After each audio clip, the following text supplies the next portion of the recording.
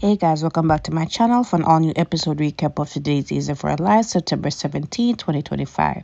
So we start off with Brady and Marlena. So Marlena walks in on Brady up to something and she's like, do I really need to ask what's going on? So he said, no, I'm just working on an angle, right? So they sit down to talk more about, Rachel running away. And she's thankful that he texted her that she's safe and sound. But now, Brady's saying that there's going to be more serious consequences because of her actions. Like, for instance, the principal will be definitely keeping a serious eye on her. He's also taken to task the rideshare company. They've let this happen twice. And also, she's grounded until Halloween. So Marlena agrees with the consequences doled out, but at the same time, she also is taking into consideration that Rachel is going through a lot, and Brady also has to understand that she is reacting because she doesn't know when she's gonna see her mom, and she misses her mom dearly. She has that bond with her, so Brady has to really take that into consideration. And she's saying, maybe you need to just be consistent with her visiting her mom. And if you can't deal with it, like, I will be more than happy to do it. So Brady said, you would do that for her. So she said, yeah, I'll do anything for that little girl and you, right? And I'm just saying that, yeah, like, rewind a bit, like, with the rideshare company, like, that's crazy how they would allow a minor by themselves to just go to a prison institution or anywhere for that matter. That deserves a lawsuit, right? And even the principal, like, how the security, how they allow a little girl like that to just escape the school grounds like that. This is crazy. Now Steve comes over to Kayla and also is telling her about the update on actually find out what's going on with Sophia and Tate's baby. So he said that he actually employed or implored Rafe to get a DNA sample on the baby, since he is a part of the foster family and he wants to know what's going on as well. So now he's just asking her, hey, can you run a DNA test? Brady is coming with Tate's toothbrush. I mean, neither Tate or Sophia know, but at the same time, we need to keep it on the wraps because we want definitive proof before we go to either one of them, right? So Kayla said, look, like, I have exercised my right, beyond doctor patient confidentiality. I think I've tested that boundary and I can't be involved in this. This is just too much. So, Steve said, look, you were the one who said I should go with my instincts, and we did. We did continue further investigation. So she said, yes, I understand that, but at the same time, I can't be involved. So without her being directly involved, she said, you know what, you can go on this website, fill out the form, whatever, and I guess send in the samples, and it will be sent to the lab, and then you guys will know for sure if there's a connection. And Steve said, look, there's more of a personal reason because I want to know if it's John's great grandson. And I remember how John took forever to find out who he really is, find out his father. And I don't want that for that little boy, right? So, Kayla understands, and she said that he's a great friend towards Brady and John, and it will work itself out, right? So at some point, Brady comes over to the hospital with a toothbrush, and they sent off their samples. So now Brady will find out once and for all if that little boy is his grandson, right? Now Sarah is about to send another, voicemail to Xander. Xander comes in. She was just thinking about him, checking in on him. So she talks more about the fraud, how it went, like how did everything with Tony go. So he said, look, Tony's about to have a meeting with us the next day, and I'm not sure how is this going to be settled. But, she's sorry that this happened, and she's sorry that, um, it resulted in this, right? Because she's asking him, what is he going to do in regards to that? So he said he doesn't really know as yet, right? He won't know until he discuss whatever with Tony, right?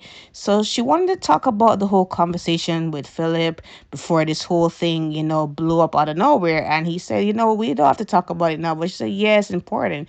So she said she just wanted to reiterate how sorry she was, and that she kept badgering him and not really giving him the benefit of the doubt. And even though Philip adamantly said that he wasn't responsible for his result, she kept badgering him, and she's just sorry that happened and how she painted him to be. And she's just asking him, like, look, can you forgive me? So he said that, look, if I can forgive Philip and really move forward, I can definitely forgive you. And she said, I don't suppose you can forgive me for lying about Philip's fraud. So he said, yes, I can definitely do that. So she said, what about us reconciling?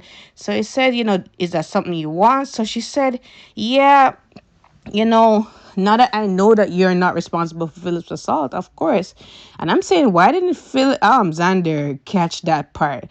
Maybe he did, maybe he didn't, but he said, on that thought, pick up this conversation another time. I have a meeting with Marlena, and she's happy that he's still going and proud of him and all that. He also apologized earlier for missing out on the rest of Victoria's birthday party, but she said she went to sleep, and he said that little girl comes first and everything. And she said, look, I know how much she means to you and that you're a great dad, and he appreciates her saying that, right?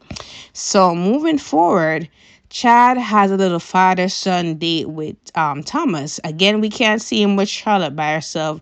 I guess they have to give us scenes with him and Thomas alone. So, anyways, he asked how everything went with his grandparents the other day, and he said, it went well. However, they said that they're gonna possibly be staying in Salem longer because you know, they want to keep an eye on Cat Green. So he wasn't sure what exactly that means. So, Chad tried to break it down to him that, look, Cat did something bad towards them. It hurt them. It hurt their feelings. And, they're having a hard time forgiving her for it. So, Thomas asked him, like, hey, have she hurt you? Have you forgiven her? So he said, yeah, it took him a while. He was angry at her for a long while, but he has forgiven her and he understands that's not who she truly is. He came to learn how, she was as a person. And, Thomas said, look, I like her. Do you like her as well? So he said, yes. So he said, like, do you really like her? So he said, where is this coming from? So he said, I just want to find out. So he said, yeah, yeah, we're just friends right now. We like hanging out together and hopefully that's okay with you. So he said that's okay. So I guess he gives his approval, right? So anyways, he's hoping that Jennifer and Jack and Julie can come around at some point. And it was a good scene between the two of them. They talk about Rachel, and Thomas also told Chad that, look, Rachel ran away. And he's like, is she okay? Did they find her? So he said, yes, the school principal or whoever alerted her dad and he was able to find her, but she's probably going to be in big trouble. So he said, you remember how I was talking to you about, being there for Rachel? Rachel has a lot of emotions to go through since her mom's arrest. All you can do is just be a good friend and a good cousin towards her. And he said, make sure you tell me what's going on with her the next time. So he said, isn't that tattling? So he says, no, not if it's really serious. And, we're all family. We have to be there for her, right? So anyways, moving forward, right? Kayla and Steve definitely they came in and they had a little talk with Chad and Thomas. Well, Thomas went over with Steve to check on something on a tablet, and Chad is talking to Kayla about the hospital and a free clinic being implemented, and she's happy for that. She's worked at the free clinic for years, but at the same time she is skeptical about EJ's true intentions. She doesn't know if she can trust him or not, and Chad has been one of those receivers of that, right? So he said, look, if you need guardrails in place, I will work with you along with the board to make sure that that's put in place. And also he also told Kayla, like, look, can you look out for Kat? Because I did tell EJ to be on his best behavior with her. He promised me that he would look after her. But, just keep an eye out for her. And she said, you really like this girl, right? So he said, no, I just really care for her. So at some point they leave. And, Steve is asking, hey, is Chad okay? And Kayla said, yeah, but he's definitely gonna be in for it. But I'm just assuming that maybe it has to do with Jennifer and Jack finding out that maybe Chad is into something serious with Kat, but who the hell cares? So speaking of Kat, we go to EJ's office, and he's happy with how the office turned out, and he thanks her for setting it up so efficiently, quickly. So she, said it's no problem. She aims to please. So he talks about, is there any questions you want to ask me? I know that Gwen von Leuschner saw you in the office the other day and she saw that, you was looking at a blueprint, right? So she said she stumbled upon it when Gwen walked in, right? So she said, I didn't really look on it that much. So he said, really now? So she said, I probably am not literate in Rupert, right? Sorry. So he said that well, just to let you know, I'm actually building a free clinic. It's gonna be called Tom Horton Free Clinic. It's back for the company and all of that, the community and everything. So she said, that's really generous of you. But he can sense that she was really skeptical. But he said, look, I always have some ulterior motives. But again, I believe that this will launder our family name as well as my name, and this will all be good, right? There was a part where he was actually on the phone congratulating Tony on his attempt, well, his successful attempt, to get back at Titan Mirror and get back the family company and all of that, right? So going back to their conversation, he and Kat are talking amongst each other. They talk about Chad as well, and that he knows of them being an item and them not wanting that to be publicized, right? So she said, I guess we're just waiting on Chad's kids to approve and to find out about it until he tells them. So we just want to keep it on the low. So he said, look, discretion is my middle name. I will definitely not do that, right? So he invites her out for a business lunch just to, congratulate her as a good assistant, all of that. So they go to the lunch and they talk and they sit down. And he is saying, look, there's a reason why a reason why I did the fundraiser and I picked you. Like, I really wanted to know more about you. I was intrigued by you, and I'm liking the chemistry between these two a lot more than her and Chad, honestly. Like, I don't know. There's something there. And he said that, there's something about her intriguing, interesting. It's like he already knew her before. So she said, maybe because I posed as your sister-in-law and all that, and you have relationship with her and all that, and I reminded you of that. So he said, it's not maybe it is, maybe it isn't. So she said she's not really proud of that moment. She's disappointed in herself. So he said, look, I don't judge at all, right? You did what you have to do when Clyde Weston was threatening you. I am not gonna judge you, right? So he's just impressed by how she pulled it off, and how she did her thing, right? At some point Sarah did see them, and Sarah is happy, and happy to know that the clinic is going to be named after her late grandfather, and she is extending herself in any way to be of assistance, right? So Sarah and Brady, they're out for lunch, I guess, because she did tell EJ that she had somebody that she's meeting, right? Because EJ did invite her over to also have a meal with him and Kat. So Brady comes over, and Brady sees that Kat and EJ having dinner, and he's like, what a very weird couple parent, right? So she said, no, Kat's is EJ's new assistant, nothing more to it. So he said, okay. So anyways, she talks about the whole thing with Tony, and Tony out in Xander and Phillips' company, and he didn't know nothing about it because of what's going on with Rachel, right? So he did also update Sarah on what's going on with Rachel, that she ran away and all that, how it's affecting her.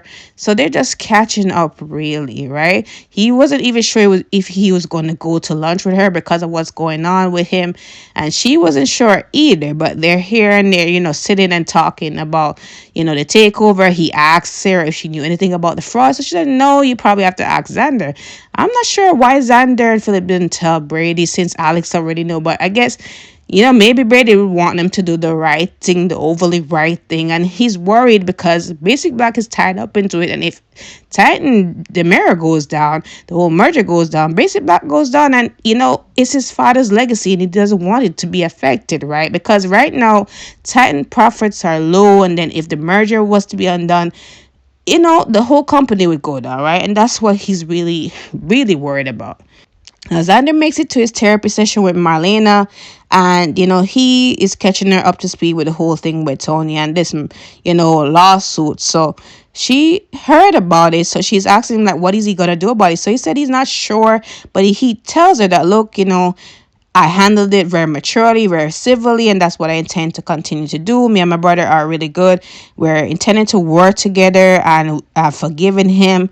I've taken the right steps. So she's happy to hear that he's making a lot of progress, and that how he's handling it, how he would have handled it normally with his temper and everything, he has controlled it. And I'm definitely proud of Xander. Like, me already, I am Team Xander, ride or die, no matter what, good, bad, indifferent. I am still gonna be by Xander's side.